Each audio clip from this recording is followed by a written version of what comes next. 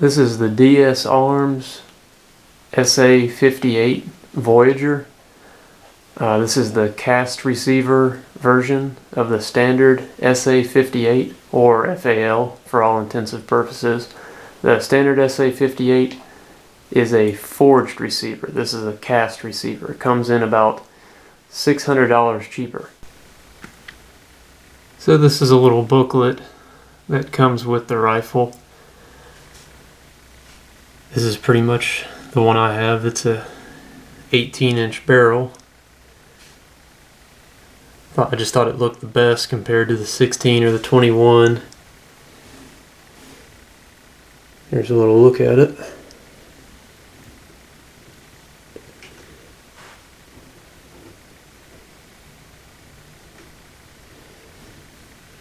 As you can see, the lower part of the receiver is a pretty interesting color. It's like plum, dark purple, pretty neat. A few ways the Voyager comes in cheaper than the SA58 standard is it doesn't have the Duracoat finish. It has a Holland style rear sight. I don't really know what the standard comes with, but apparently it's better and costs more money to make. What else? As you can see there, the stock on the standard is a little bit different. You got kind of just a standard looking stock on the Voyager, and the funky one on the standard. That doesn't really bother me. A bipod cut barrel. Not too sure what to look for or what that means, but apparently it's a lot easier, or it's possible to put a bipod on the standard version, whereas the Voyager, I guess you can't put a bipod on it. And also the standards, I think a lot of them come with the carry handle right here on the other side. And as you can see, this one doesn't have it. Also on the standard, the gas plug is a quick release gas plug, and the Voyager, I don't see what the big deal is, but I can release the gas plug pretty quickly and easily. So that's another way that they save money manufacturing the Voyager. But it's quite easy to get the gas plug out. You really don't even need a tool or anything. And I think the only other thing that is cheaper about the Voyager over the standard is the receiver is forged on the standard SA58. And I noticed in this brochure it does say the weight is 8 3/4 pounds for the standard. For the Voyager, it's 9 3/4 pounds. I don't know if that has to do with the receiver being cast versus forged, but that'd be my guess. And also, what comes with the rifle is this pretty cheesy sling, but hey, comes with the rifle, so that's something. Can't complain. And it does come with its own gun case, which is halfway decent. I like that. Here's your manual. Pretty lengthy. It can show you how to take this rifle completely apart if you want to.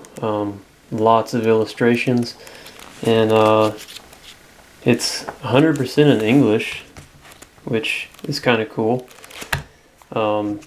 DSA is the only company that I'm aware of that has the original tooling to produce the metric pattern, FAL, which is essentially what this is. This is a metric FAL.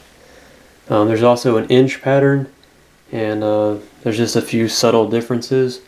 But anyway, if you want a quality FAL and don't want to put together a parts kit, you pretty much got to go with DSA or DS arms. Here's the front of the rifle, top of the gas system. And I just want to demonstrate, even though this is not the quick release gas plug, just how easy this thing is to take out. So I don't know if it's going to show up on camera. Let's see how it says A on the top. Whenever you put it back in, you want to make sure that A, well, let's see if I can see it. There we go. A. You want the A on the top. So, show you how easy this is. Look, no tools. My thumb, push that little button in. Spin it 90 degrees. Everything comes right out. Yeah, that's pretty quick release to me. So here's that Holland style rear sight that helps to bring this rifle in at a little bit cheaper price point. As you can see, it's just a real basic peep sight, but it is adjustable for windage with these two set screws. And I had to adjust mine to the right about 5 clicks, and I had it right on after that. The elevation, I did test fire at 100 rounds. The elevation was dead on, so I didn't mess with the front sight. But there you have it, Holland rear sight. You get one 20-round magazine with the rifle, and it's also made by DS Arms. The one that comes with it has the holes in the back, and this one seems to fit really nice. These I picked up from CDNN. They're 16 bucks a piece. They're also, let's see if I can see it. These are also DSA magazines, but they don't have, they're solid on the back, no holes. And these seem to fit a lot tighter, and they require more force to remove once you go to remove them from the mag well. Here is the gas regulator at the front of the rifle. Your first time out taking this to the range, you want to adjust this until you get the rifle cycling properly, bolt locking back to the rear on your final round, and ejecting the brass a decent distance. So you pretty much start with it all the way open like that. That hole at the top there, that's how much gas you're venting out of the top of the gun. Just fire some rounds and start closing it until the gun starts to cycle reliably. And I think I had it something like that, maybe one click back. And it started running like a champ once I got the gas dialed in. I thought I'd mostly talk about the rifle for this video and just show a little bit of range footage, and do a dedicated range video later. But anyway, shot 4 boxes of this ZQ1 or ZQI 762x51. Performed really good. And one box of this, and between 308 and 762x51, I didn't notice any difference in recoil. Both shoot really soft through this rifle. So shooting this rifle, you could guess, is a whole lot of fun. Even though it is a 762x51/308, it feels like you're shooting 762x39. It feels like you're shooting an SKS, and the recoil is that soft. One thing that's kind of sucky though, the trigger, and this rifle is empty, I did check. The trigger is pretty dang stiff. I mean, it must be 8 or 9 pounds, so that's one thing I'll probably be looking to upgrade in the future, get a trigger job, because that's a bit heavy. So here's what I did on paper. Just fired a few shots just to get it somewhat dialed in. I put this out at 80 yards, and without messing with either of the sights. I was coming in right here. Those are my first few shots. Did 4 clicks. I was here, and 1 click, and here. And the elevation was, I'm pretty happy with that elevation from 80 yards.